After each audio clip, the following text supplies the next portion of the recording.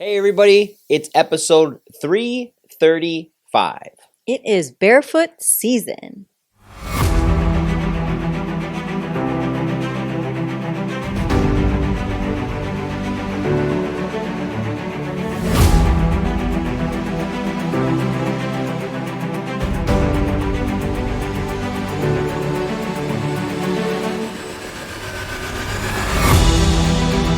Hey everybody, welcome back to the Prime Podcast. I'm your host, Dr. Skip Wyss, and as always, I have the beautifully, wonderfully radiant co-host, Dr. Julie Wyss, with us today, looking tigery, a little bit of black going on today. Less Johnny Cash than a few episodes ago.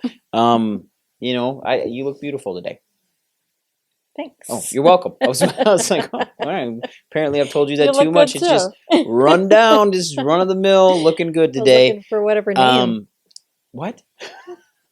So it's barefoot season, Dr. Julie. We're well into summer. It is the middle of July here, nearing the end, and everybody's running around in sandals, running around barefoot, and just getting to understand the importance of being barefoot outside. This is the season where everybody wears sandals, and I find that it tremendously negatively affects foot health. Well, I was just going to say, I hope we're going to cover that first because we literally can know the immediate change when people start to wear their flip-flops. Yep. Because their whole body is out of balance. It upsets Absolutely. their pelvis. Everything. We're just everything, right? It's like if you walk around with a pebble in your shoe, pretty soon you're going to end up with a headache. And you're like, but it was just this little thing down on my shoe. But it's like the song, the ankle bone's connected to the knee bone to the hip bone. Everything is connected. So one little change that we do with our feet and putting on these cheap flip-flops is going to affect everything, the entire chain all the way up. Yeah, horrible summer footwear. You buy the $3 set of flip-flops. You buy 5 of them because you lose 4. Gotta get all the colors. But yeah, you got to get all the colors. They could be the worst thing for your feet. They're a sponge. They break down. Same thing with Crocs. Same thing with Hey Dudes. Like all of these shoes that have zero arch support in them. Hell, wearing Air Force Ones, they're flat as well. Like Nikes are flat, but they don't support your arches of your foot. And the importance of you walking around barefoot is that it actually builds your arches back up. Like that has to happen. Barefoot running was started in Africa, and these Africans and their feet, their foot health is amazing. Their arches are amazing because they're outside running, outside barefoot all the time. So what that makes your foot do is actively participate in your walking. And what I mean by that is that your toes actually dig into the dirt when you walk. I was gonna say that's the fun part of watching little ones when they begin to walk. Yeah. And we try to put shoes on our kids. And I understand we're here in the Wisconsin, the winters, that we want to have something on them. Have them covered up when you're outside. But other than if as soon as you're inside, the feet need to be out and out of the shoes because the shoes are typically a hard bottom shoe, or it's just because they look cute.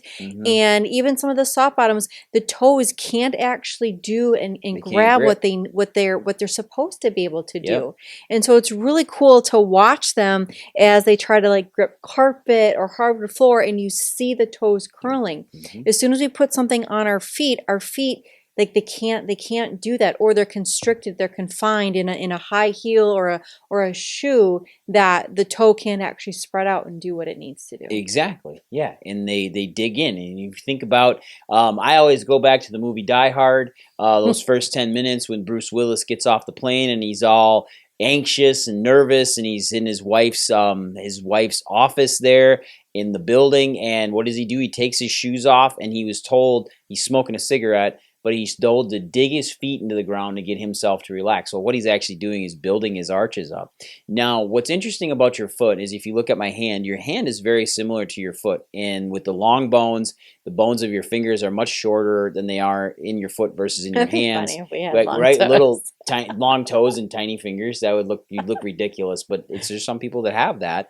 But if we look at how the foot is shaped, it's triangle shaped. You have your medial arch, your lateral arch, and your plantar arch. There's 3 arches that make up your foot. And if you watch my foot at my hand, as my arch, if it breaks down here in the front, I'll flatten, which then rolls out the lateral arch and rolls out the medial arch. So you develop a very wide foot. And then if you don't build this back up, you'll start dropping the metatarsals, which are the long bones of the foot. They start dropping down, and then you start getting calluses underneath, and then you start getting pain in between the bones of the foot. When really what's happening is that you then have a really, really high incidence of actually misaligning and subluxating your ankle, which causes your foot to then drive itself forward, and then you can't flex it up. And that is one of the common things we see in adults and in young adolescents is they get these ankle pain and foot pains because they've got hypermobile extremities or their feet aren't bending correctly because they're not wearing proper footwear and they're wearing sandals in the summer, and then they switch right over into Uggs in the winter and everything's flat. Nothing supports the arch of their feet.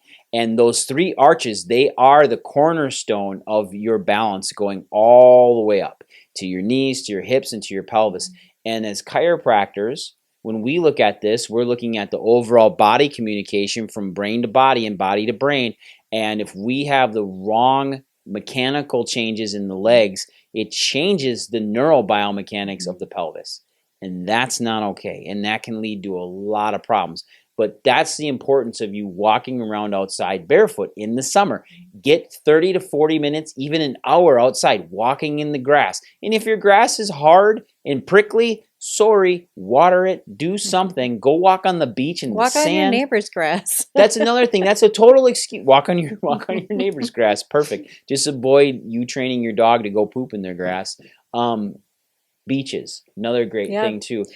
Barefoot in the beaches, and you can tell like of your health of your foot by spending the time in the sand. And it's a workout after you've walked in the sand a little bit, or you'll be like, gosh, my foot is really sore, and you can see where your foot's not working or where it's being overworked based upon just spending the day in the sand or walking on the sandy beach. And we're not talking like the wet sand where the water just came in. We're talking like the loose sand. Like the best people that I think that have Beach really sand. good feet health are sand beach volleyball players.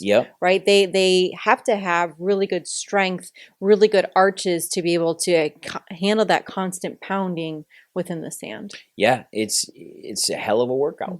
It really is. And people will take the easy way out and they'll go walk where the water's lapping on the shore, where the sand's nice and firm. It's nice to see your footprints, get your footprints, take your photo, but then actually do some really good foot health and dig into that sand and do a walk there. So rebuilding those arches, absolutely key. The other thing that you can look at too with this whole arch health, since we're talking about this, is take a golf ball, put it on the ground, and then roll out that inside arch that from the ball of your foot back to the heel on the inside and on the outside, and just roll along that golf ball. And wherever you find something that's super painful, that needs to get rolled out. That is adhesions built up around the tendons in your foot. It leads to plantar fasciitis, which affects about 65% of Americans at some point in their lifetime. It can cause really bad big toe injuries and turf toe, and it can also cause Achilles tendonitis, which causes some major issues with pain up the back of the foot, pain into the calf, all of that because we've got adhesions built up in the foot. When I would say like this is sometimes like where like the fun like medical pictures can come out, and you tell your kids like, hey, you don't want to have those ugly bunions on your feet. This is why we need to have really good foot health. This is why we need to do these exercises. This is why we need to do this to prevent injury, right? We're always wanting to prevent something else that could be happening down the road.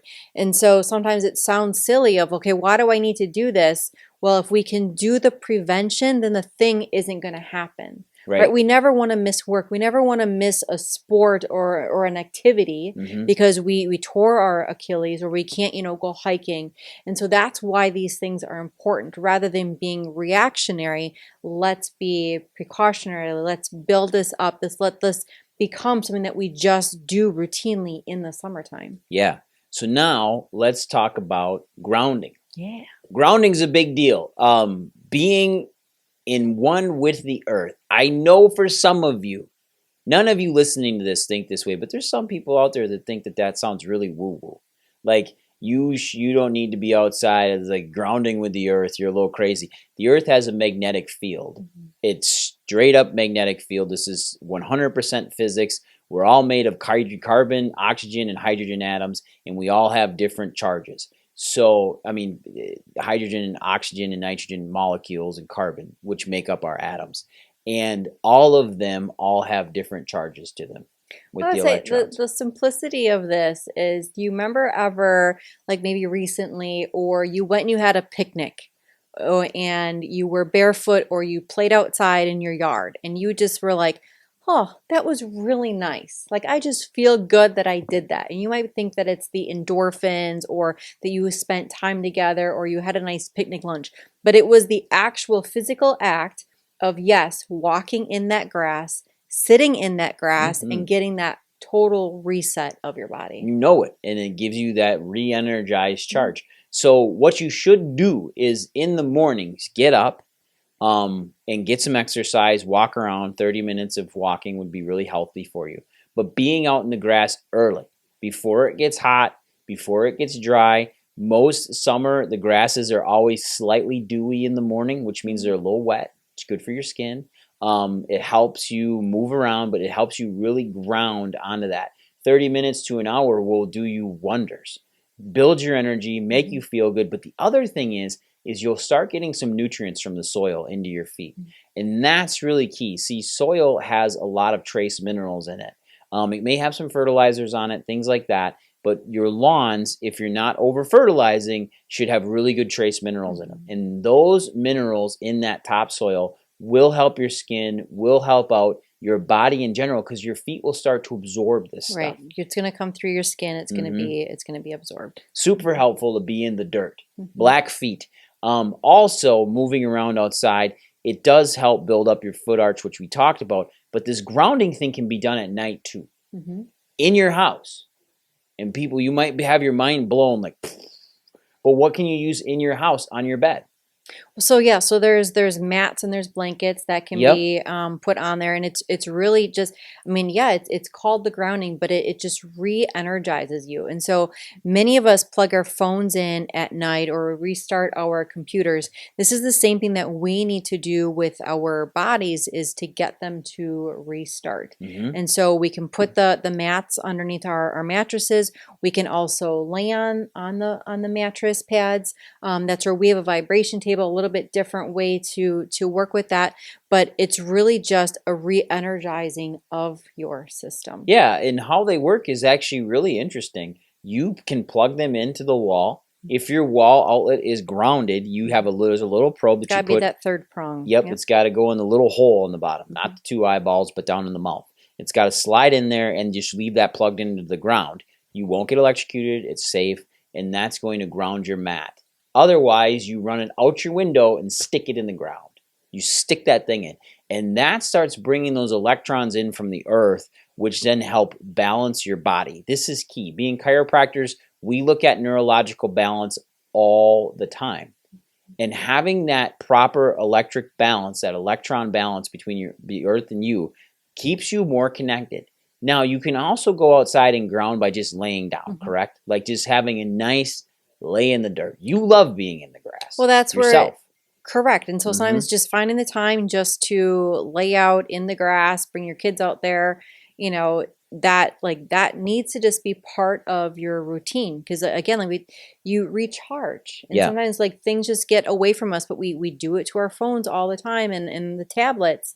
Where are we doing it for ourselves. And so just finding that time just to sit outside, bring a deck of cards, have some snacks out there. I know at some point we're going to talk about hydration and juices. Have that be part of your non-negotiable that you do within your family time, that you spend some time sitting out, laying out in the grass. What happened to like laying out in the grass and looking up at the clouds? Yeah. Right. And play some of those fun, silly games, because those are the things that your kids also remember. That silly time of like when you said that cloud looked like, you know, the Wienermobile. Yep. Right. Well, I think then dubbing off of that is you can actually incorporate a few things into that. So we just last episode we talked about summer's first aid kit. And we talked a little bit about sun exposure, but you're outside, so you're laying down. Like I'm telling you how you can get a lot of these things done at one time. Go outside, ground yourself, lay down, take half your clothes off, get some sun in the morning. I know it's going to be a little cool, but that's actually when the sun's rays are least radiant, which is more safe for your body. The also effects of, and then at night, go out and play sports barefoot with your kids. So get outside, get motion, get that exercise, get the summertime activities with your children, but do it barefoot. Make sure there's no thistles in the yard. Or Nobody poop. needs to stand on poops and thistles. animal Like poop. that sounds horrible. But go outside and play barefoot. Play kickball, toss a frisbee around, play ultimate frisbee, throw the football around. Do things that involve you, activity that involves motion, that involves getting your heart rate up, but do it barefoot. And now what you're doing is you're building up your arches, you're grounding yourself, you're getting outside exposure. You need all of this because guess what's coming in a couple months? The fall and the winter. Soon it's going to be pumpkin spice season. You know, to me, it's apple cider season, not pumpkin spice. And that is important because when it starts getting cool, we start covering ourselves up more. We're not outside barefoot as much. We're not outside as much getting in those activities. So these are the things you have to use right now to bank those energy stores to start working with you into the fall and winter to get you through the winter. Can we talk really quick about foot health? I know we talked about sandals in the beginning. So I'm not telling you not to wear sandals, but I'm telling you that you need to wear sandals that actually need to support your foot. And that is super important. So there are really good brands out there. Yep, we're looking for some that have the arch support in them. And you can get your insoles. Insoles are typically difficult with a sandal type of a thing. But that's where it's again, you get what you pay for. And so sometimes that investment in really good sandal health is going to benefit you and, you know, give you the longevity of what you're looking for. Because again, if we have the breakdown of something in our foot, it's overall going to affect our life and our lifestyle and how we react in the world. And so we're literally just by choosing to wear the $2 sandal, we're taking life off of our ears. Yeah, you're not supporting your arch. So you need a, like Dr. Julie said, you need a sandal that supports your arch. So one that's notorious out there is Birkenstocks.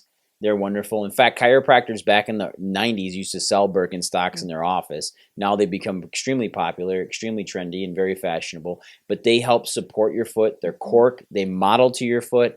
They help support the arches. Okabashi, there's Vionics. All of these sandals are wonderful. You want a leather sandal if you can have one with maybe a rubber bottom or tread on it so you can get around. But they have to support all three arches. That's the key. A lot of the time, sandals as well will come in and they'll support the internal part of your foot, the medial arch, but they don't support the lateral and they don't support the plantar arch in the front. So that's changing your foot biomechanics sometimes for the worse. And you're almost better off being in the cheap $2 sandals. But go get your foot fitted.